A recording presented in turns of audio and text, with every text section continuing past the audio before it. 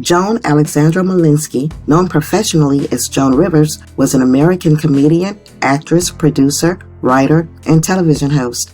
She was noted for her bluntness towards celebrities and politicians delivered in her signature New York accent. Joan Rivers was born on June 8, 1933 in Brooklyn, New York, to Russian Jewish immigrants Beatrice and Meyer Molinsky. Joan Rivers spent her early life in Prospect Heights and Crown Heights in Brooklyn. Before entering show business, Rivers worked at various jobs such as a tour guide at Rockefeller Center, a writer and proofreader at an advertising agency, and a fashion consultant at Bond clothing stores. Rivers started her career in comedy clubs in Greenwich Village alongside her peers George Carlin, Woody Allen, and Richard Pryor. Between 1963 and 1964, she, along with Jim Connell and Jake Holmes, was in the cabaret act Jim, Jake, and Joan. A 1964 appearance at the bitter end resulted in the appearance in the motion picture Once Upon a Coffee House, which was Rivers' first big screen credit. She then rose to prominence in 1965 as a guest on The Tonight Show after Bill Cosby suggested that Rivers be given an invite. February 17th, 1965. 1 year. And you had the strand Same of pearls. pearls, the flower. The boa. Look at this. The date of this picture. Sitting alongside Johnny after her monologue, she displayed an intimate conversational style, and she was invited back 8 more times that year. Carson told her that she was going to be a star, and the two became close friends. Rivers had a short-lived syndicated daytime talk show called That Show with Joan Rivers, which premiered on September 16, 1968. Each episode had a theme, and Rivers did an opening monologue based on the day's topic, followed by celebrity interviews. I'm Joan Rivers, and today we're going to be discussing nudism, so get undressed, all of you out there. Coming in to talk with me is Johnny Carson, and I don't know why he's here. By the 1970s, Rivers continued to be a prominent fixture on television. Along with her other guest spots on the late-night circuit, she also made appearances on The Carol Burnett Show, had a semi-regular stint on Hollywood Squares, and guest starred on Here's Lucy. In 1973, Rivers co-wrote the made-for-television movie The Girl Most Likely To, which was a comedy starring Stockard Channing as an ugly girl who becomes beautiful after undergoing plastic surgery and takes revenge on people who previously mistreated her. The film, based on Joan Rivers' story, became a ratings success and has been considered a cult classic. The year 1983 in particular was very stressful. She performed at Carnegie Hall in February, did the March stand-up special called An Audience with Joan Rivers, hosted the April 9th episode of Saturday Night Live, and released the best-selling comedy album What Becomes of a Semi-Legend Most, which reached number 22 on the U.S. Billboard and was nominated for a Grammy Award for Best Comedy Album. In 1984, Rivers published a best-selling humor book, The Life and Hard Times of Heidi Abramowitz, which was a mock memoir of her brassy, loose comedy character, which was mostly jokes and promiscuity, of a type that would have been considered unacceptable, even in burlesque a generation earlier. In 1986, with her own rival program, The Late Show with Joan Rivers, Rivers became the first woman to host a late-night network television talk show on a major network. And this was the move that ended Rivers' longtime friendship with Johnny Carson. We have David Lee Roth, Pee Wee Herman, Elton John, and Cher. So please, we'll be right back after these seconds. The soon-to-launch Fox Television Network announced that it was giving Joan a late-night talk show. The new network planned to broadcast the show 11 p.m. to midnight Eastern Time, making her a Carson competitor. Carson learned of the show from Fox and not from Rivers. In the documentary, Johnny Carson, King of Late Night, Rivers said that she only called Carson to discuss the matter after learning that he may have already heard about it and that he immediately hung up on her. She said he never spoke to her again after that. The Late Show starring Joan Rivers premiered on October 9, 1986, but Rivers' tenure was short-lived. When she challenged Fox executives who wanted to fire her husband Edgar Rosenberg as the show's producer, the network fired them both on May 15, 1987. On August 14, 1987, Rosenberg committed suicide in Philadelphia, and Rivers blamed the tragedy on his humiliation by Fox.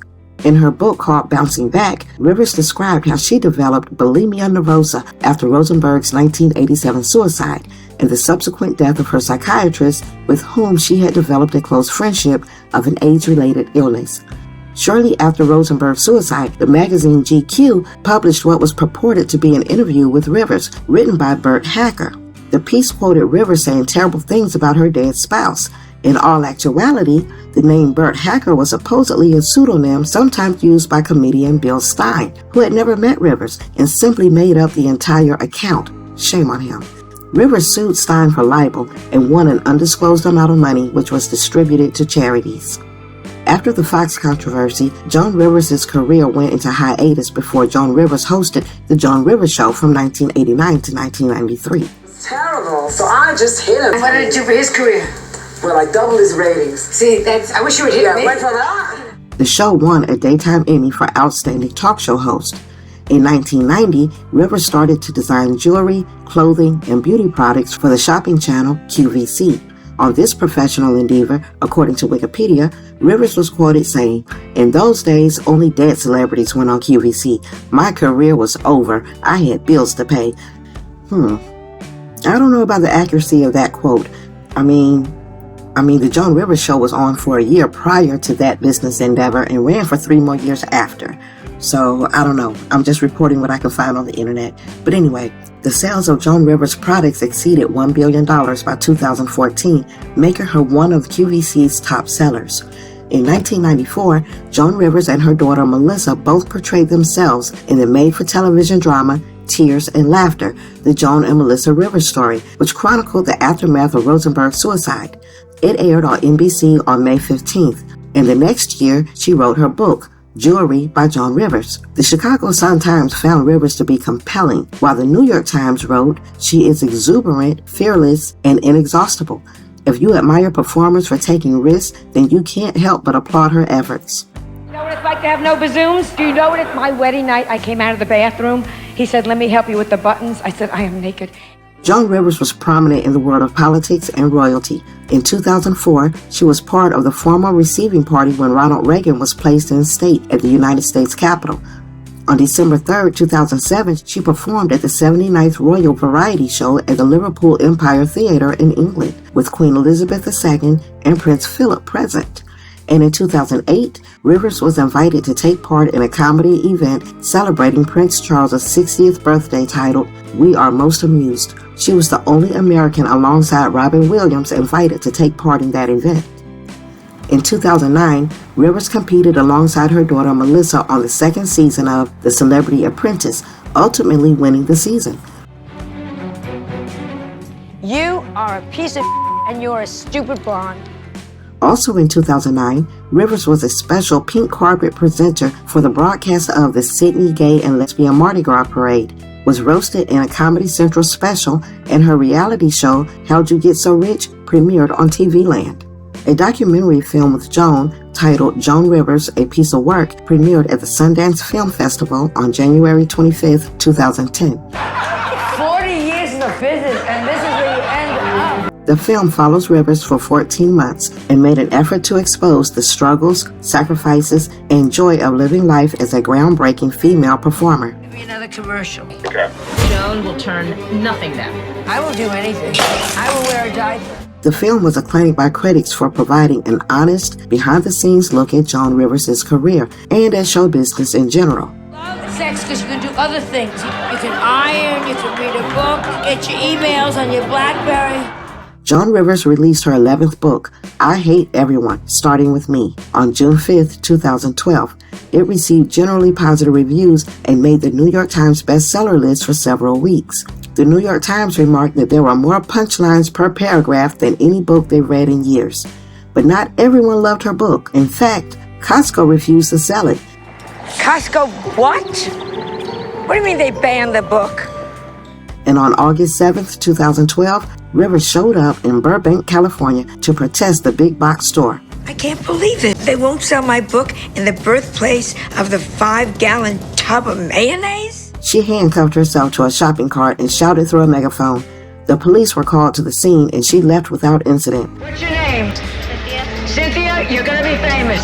So what are you doing? Whoa, Joe, take it. Later on the topic, she was quoted, "My book was banned from Costco, which is ridiculous because they're funny." She believed the retailer took issue with 2 fake testimonials printed on the back cover, mock reviews of the book that she penned under the names Wilt Chamberlain and Marie Antoinette, both containing curse words. That is why my book is banned. Meanwhile, they're selling condoms. Don't listen to this, children.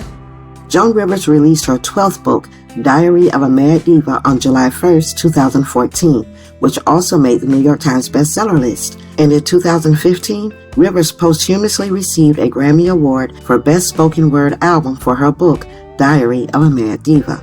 2 years later, in 2017, Rolling Stone magazine ranked her number 6 on its list of 50 best stand-up comics of all times.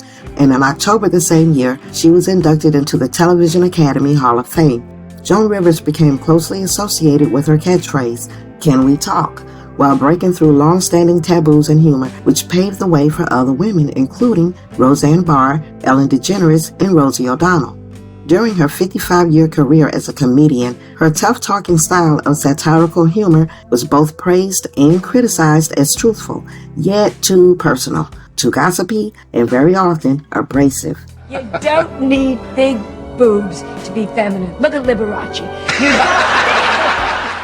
As a philanthropist, Joan Rivers supported many charities, including, but not limited to, the Elton John AIDS Foundation and God's Love, We Deliver, which delivers meals to HIV and AIDS patients in New York City and donated to Jewish charities, animal welfare efforts, and suicide prevention causes. God's Love We Deliver is a very small grassroots organization. We serve meals to any client that calls up and says, "I need a meal."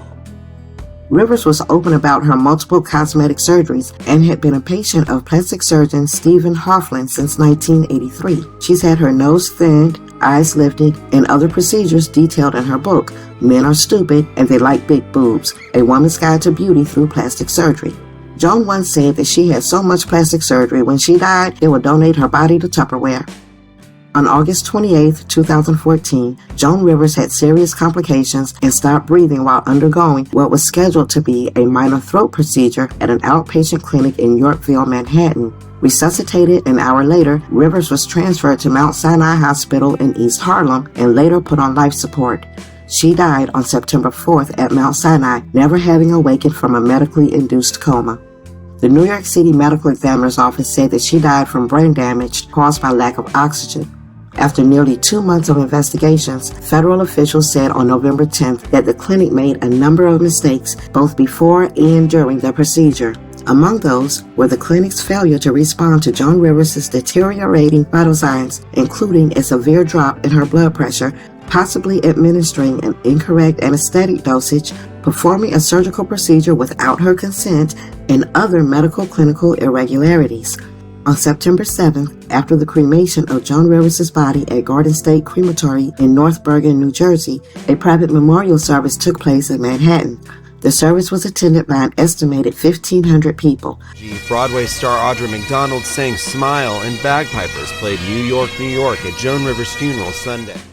The guest list included Rivers' many celebrity friends and public figures such as Louis C.K., Whoopi Goldberg, Barbara Walters, Diane Sawyer, Joy Behar, and the list goes on.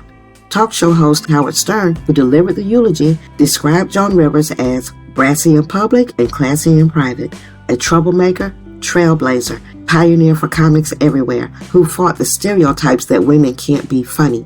Some of Joan's ashes were scattered by her daughter in Wyoming.